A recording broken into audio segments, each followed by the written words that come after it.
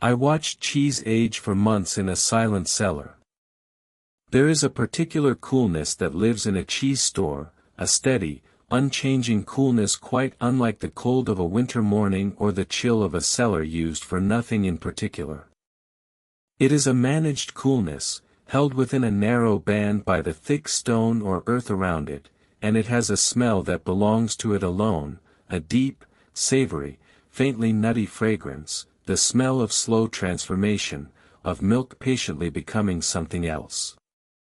To step into such a room is to leave the hurry of the world outside and enter a place where time is measured not in hours but in months, where the only events of the day are quiet and small, and where everything that matters is happening so slowly that it cannot be seen at all. This is the world of the maturing cheese, and it is among the most unhurried places that human work has ever made. A farmhouse cheese begins, of course, with milk, and with the morning. The cows or the sheep or the goats are milked in the early light, and the milk is brought in still warm, carrying the faint sweetness of the pasture the animals grazed the day before. Cheese made on the farm, from a single herd, carries something of that pasture in it. The particular mix of grasses and clovers and herbs of one set of fields, in one season, changes the character of the milk and so the character of the cheese, in ways too subtle to name but real enough that an experienced maker can taste the difference between a cheese made in the lush growth of early summer and one made from the thinner milk of autumn. But all of that lies far in the future on the morning the milk comes in. For now it is simply warm milk in a great vat, and the long process of turning it into something that will keep for a year or more is just beginning. The first act is the setting of the milk, the gentle persuading of its liquid into a solid. A culture of friendly bacteria is stirred in first, and given time to wake and begin their slow work of souring, of turning the milk's sugars into mild acid. Then comes rennet, the ancient agent that causes milk to curdle, traditionally drawn from the stomach lining of a young calf and now often made by other means, but doing the same quiet thing it has always done, coaxing the proteins of the milk to link together and trap the fat and water in a soft, trembling, custard-like mass. The maker waits. There is a great deal of waiting in cheese-making, and the first of it happens here, watching the vat, judging by feel and by eye the moment when the milk has set firmly enough, testing it with a clean finger, looking for the way a good clean break should appear when the curd is cut, the way the surfaces should be smooth and the way that seeps out should be clear and greenish gold rather than milky. When the moment is right, the curd is cut. Long blades, sometimes a frame strung with wires like a great harp, are drawn slowly through the set milk, dividing it into small even cubes. This is done gently and without hurry, because rough cutting bruises the curd and lets too much fat escape. As the cubes are cut, they begin at once to weep, releasing way from their freshly opened surfaces, and the vat that a moment ago held a single smooth mass now holds countless small soft cubes sitting in a rising pool of pale liquid. The size of the cut matters. Cut the curd small and more way escapes, giving a firmer, drier, longer keeping cheese. Leave it larger and the cheese will be softer and moister. Every decision in these early hours is really a decision about what the cheese will become months from now, choices made in the present that will only reveal themselves slowly, far down the long road of maturing. Then the curds are stirred and gently warmed, a process the old makers call scalding, and it firms the little cubes and drives still more whey out of them. The heat is raised slowly, by careful degrees, and the curds are kept moving so they do not clump and settle. The maker watches the texture change under the hand, the cubes shrinking and tightening, losing their first softness and taking on a springier, more resilient feel. The room fills with the warm smell of heated milk. There is a rhythm to the stirring, slow and even, and a person who has done it for many years falls into that rhythm without thinking, the arm moving steadily through the warm curds while the mind drifts, the whole task carrying a kind of meditative calm. When the curds have firmed enough, the whey is drained away, run off through a tap or ladled out, and what remains is a mass of curds settling together at the bottom of the vat. In the making of certain cheeses, including the great hard cheeses of the English tradition, there now comes a stage of remarkable patience called cheddaring, which gave its name to the most famous cheese of all. The drained curd knits together into a slab, and this slab is cut into blocks, and the blocks are stacked, and turned, and restacked, over and over across an hour or more, each turn pressing a little more whey from the curd under its own weight and developing in it a particular layered, fibrous texture, like the grain of cooked chicken or pulled meat. It is slow, repetitive, attentive work, the blocks growing firmer and glossier with each turning, and there is no rushing it. The curd will be ready when it is ready, and the maker knows the moment by the way the block tears, looking for long smooth fibers rather than a short crumbly break. Once the curd has reached the right texture, it is milled, broken or cut into small pieces again, and then salted.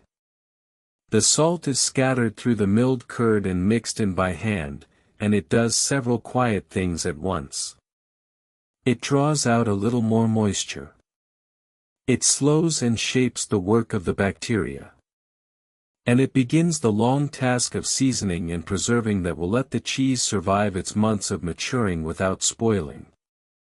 The salted curd is then packed into molds, round hoops lined with cloth, in the traditional way, and pressed.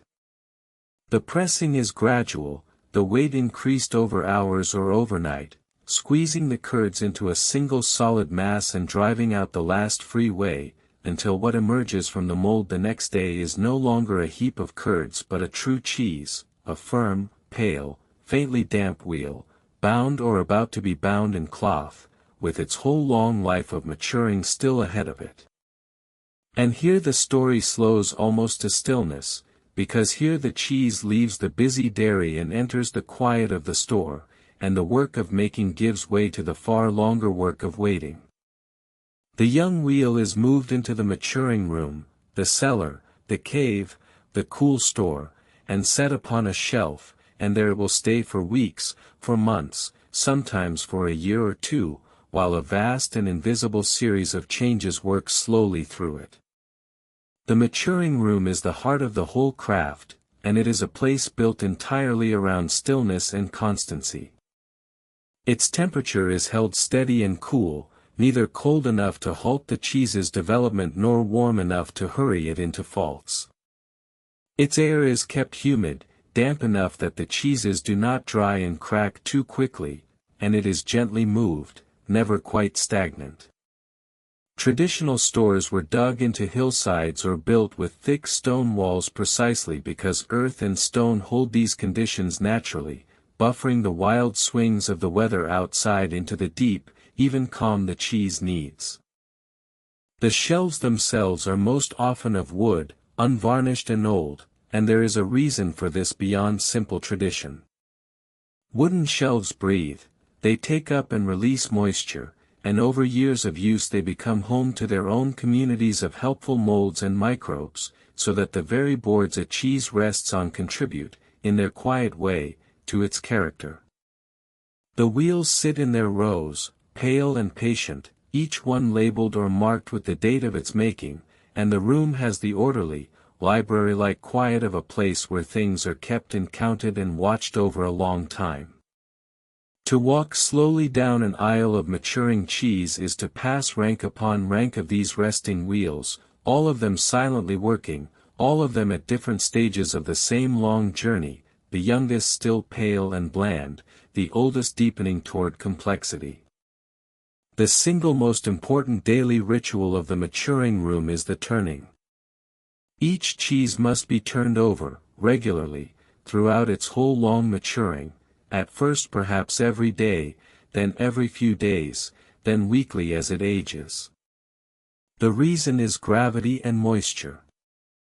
A cheese left sitting on one face would let its moisture and its fat settle slowly downward, the bottom growing damp and the top growing dry, the wheel aging unevenly.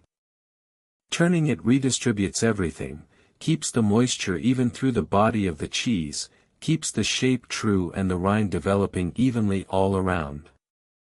So the cheesemaker, or the specialist who tends the store, in the French tradition such a person has their own name and their own deep expertise, moves down the rows, lifting each heavy wheel, turning it over, setting it back, perhaps wiping the shelf beneath, perhaps brushing the rind. A wheel of hard cheese is a surprisingly heavy thing, and a large store holds hundreds or thousands of them, so the turning is real physical work, done steadily and methodically, day after day, month after month. There is something deeply soothing in the very idea of it, a task that is never finished and never hurried, a slow tending that simply continues, the same gentle care given to each wheel in its turn, the rows worked through and then begun again. As the weeks pass, the rind forms. The rind is the cheese's own skin, its natural protection, and how it is cared for shapes the cheese within. On a traditional cloth-bound cheese, the wheel is wrapped in cloth, often smeared first with a little fat or lard, and as it matures a firm dry rind develops beneath and through the cloth, breathable but protective, allowing the slow exchange of air and moisture that the interior needs while keeping the body of the cheese sound. On other cheeses the rind is washed, wiped regularly with brine or with a damp cloth, encouraging particular bacteria that give those cheeses their stronger smell and character. On still others the rind is left to grow its own natural coat of molds, soft and gray and white and dusty, a living surface that is brushed and tended but never removed. Whatever the method, the care of the rind is among the quiet arts of the store, a matter of wiping and brushing and watching, of knowing what a healthy rind should look and feel like and gently correcting it when it strays. Inside the rind, unseen, the true magic of maturing goes on, though magic is the wrong word for something so gradual and so chemical.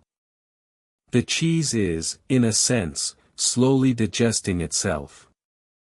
The enzymes from the milk, from the rennet, and from the bacterial cultures work patiently through the proteins and fats, breaking the long molecules into smaller and smaller pieces, and it is these smaller pieces that carry flavor.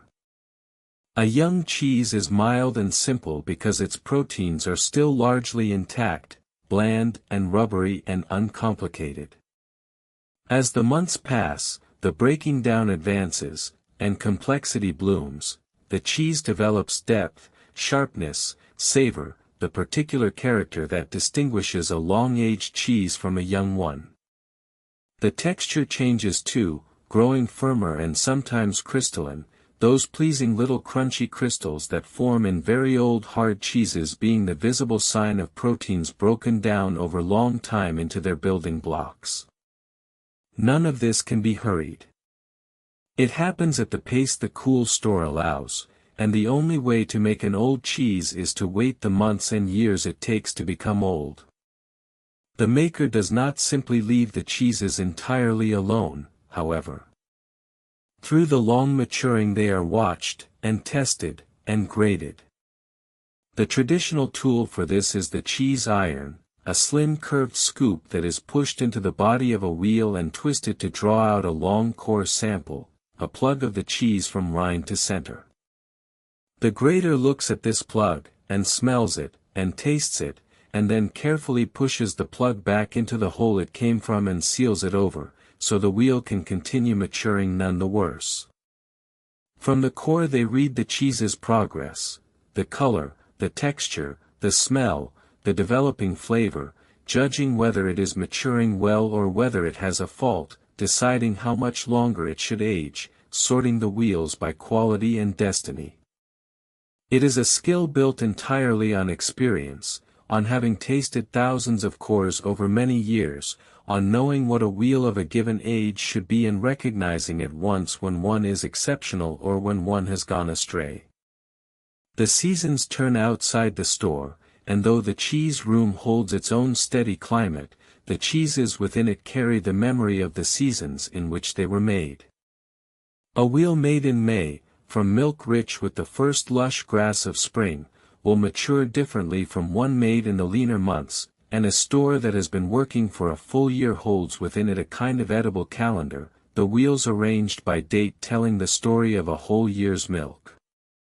The oldest cheeses, those that have been resting longest, occupy their own quiet corner, having outlasted batch after batch of younger wheels that came and matured and were taken away while they stayed on, deepening. There is a patience in this that goes beyond the daily turning, a patience measured in years, an investment made in the trust that a will set down today and tended faithfully will, long after the maker has half forgotten the particular morning it was made, become something worth the waiting. Among the many families of cheese that pass through such a store, the blue cheeses ask for a particular and rather beautiful kind of attention. A blue cheese owes its character to a mold, deliberately introduced, that grows in fine blue-green veins through the body of the cheese, but a mold needs air to grow, and the dense interior of a freshly pressed will holds almost none. So at a chosen point in the maturing, the wheels are pierced. Long thin needles, sometimes a whole frame of them, are pushed straight through the cheese from one face to the other, opening dozens of slender channels into the heart of it. Through these channels air seeps slowly inward, and along them the blue mold wakes and spreads, threading its delicate veining out from each piercing into the surrounding cheese. The maker chooses when to pierce and how much, knowing that more piercing means more blue and a stronger flavor, less means a milder, creamier result.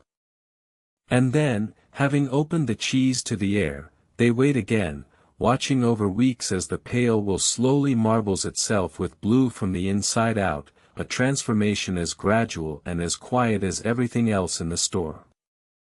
The great blue cheeses of the world were traditionally aged in natural caves, limestone caverns where cool, damp, still air and resident wild molds created conditions no one could have designed deliberately, conditions discovered rather than invented, used for centuries before anyone understood why they worked. The huge wheels of the Alpine tradition tell a story of patience on a different scale again. High in the mountain pastures, where cattle grazed the summer meadows, the milk of many animals was once pooled and made into enormous wheels, far larger than a single small farm could produce, precisely so that the goodness of a fleeting mountain summer could be locked into a form that would keep through the long alpine winter. These great wheels, some weighing as much as a grown person, were carried down to cool cellars and aged for many months, often more than a year, turned and rubbed and tended the whole time. The size was the point. A large wool matures more slowly and evenly than a small one, its great mass buffering it against change, and it stores an enormous amount of nourishment in a stable, durable form. To age such a wheel is a commitment measured in seasons, the cheese made in one summer not ready to eat until deep into the next year, a slow bridge of food carried across the turning of the year.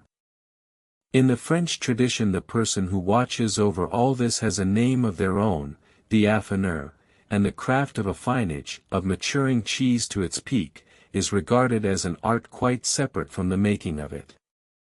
An affineur may take in young cheeses from many different makers and bring each to its finest condition in their own cellars, knowing exactly how warm or cool, how damp, how long each kind needs, when to wash a rind and when to leave it, when a wheel has reached the brief perfect window of its ripeness and should be sent out before it tips past.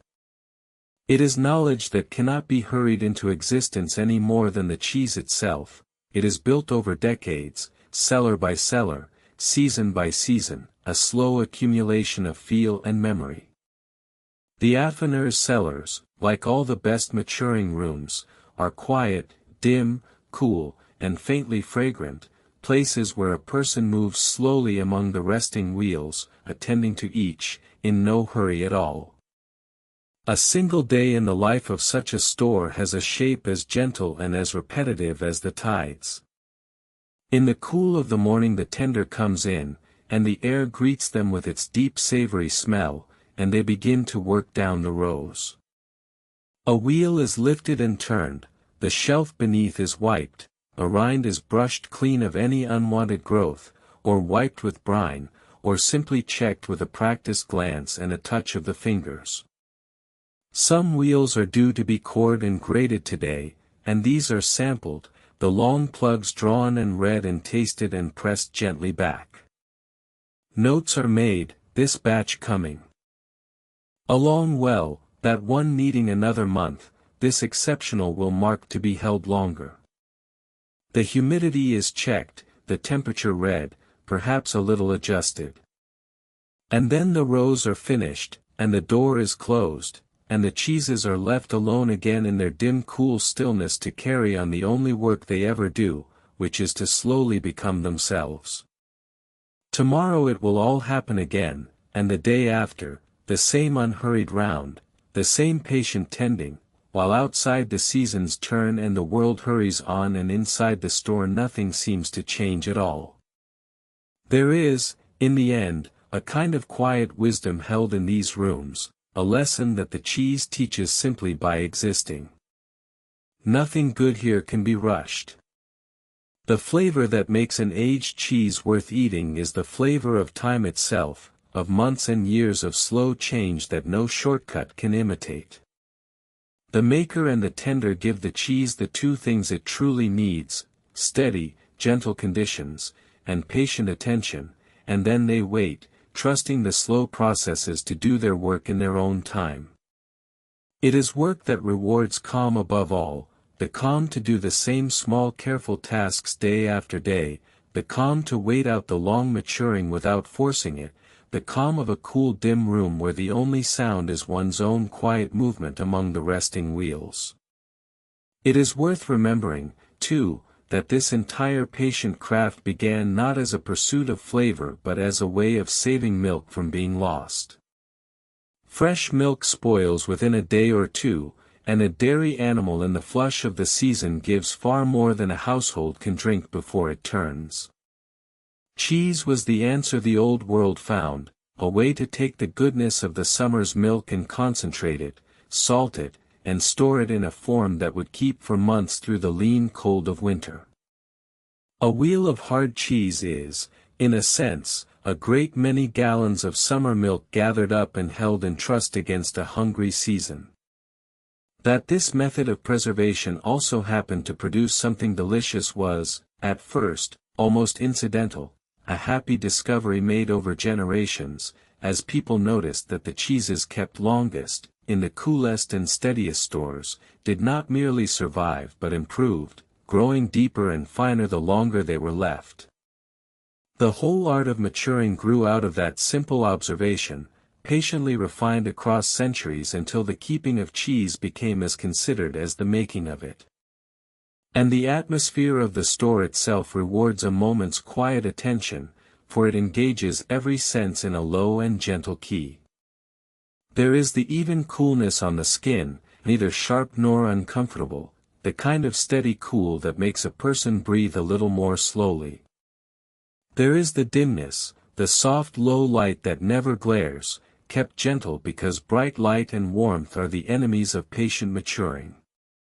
There is the smell, layered and deep, of milk and earth and wood and the faint clean tang of the rinds, a smell that seems to grow richer the longer one stands in it. There is the hush, broken only by the soft sounds of one's own movement, the creak of an old shelf, the dull weight of a will set down. And there are the rows themselves, receding into the dim, rank upon rank of pale resting cheeses, an image of order and calm and quiet abundance. It is a place built, without anyone ever quite intending it, to slow the heartbeat and ease the mind, a room whose entire purpose is to let things rest, undisturbed, for as long as they need, in the cool and the dark and the quiet. None of it, in the end, can be made to go faster, and that is perhaps the deepest comfort the place offers. A cheese will take the months it takes. The proteins will break down at the pace the cool air allows, the flavor will deepen on its own slow schedule, the rind will form in its own good time, and no amount of wishing or hurrying will bring a young wheel to its ripeness a single day sooner than the cheese itself decides. All the maker can do is provide the steady conditions and the patient care, and then step back, and let time do the rest, turning each wheel in its turn, reading the slow changes, and waiting, always waiting, in the cool and the quiet, for the long ripening to come gently to its close. When at last a cheese is judged ready, and readiness is a matter of opinion and intention as much as fact, since the same cheese might be sold young and mild or kept to grow old and sharp, it is taken from the store, and its long maturing comes to an end. But the room does not change. The gap on the shelf where it sat is filled by another wheel, younger, beginning its own journey, and the turning and tending and grating go on exactly as before. The store is never finished and never empty, it is a continuous, slow, circulating thing, wheels entering pale and young at one end of their life and leaving complex and aged at the other, the whole population of the room always in gentle motion though nothing in it ever seems to move. To stand quietly in such a place at the end of a working day, when the turning is done and the door is closed and the cool damp air settles, is to feel the particular piece of a thing that cannot be rushed, hundreds of wheels resting in the dim, each one quietly becoming itself, asking nothing but time and a little steady care, in a room where the only real work is to wait, and to tend, and to wait again.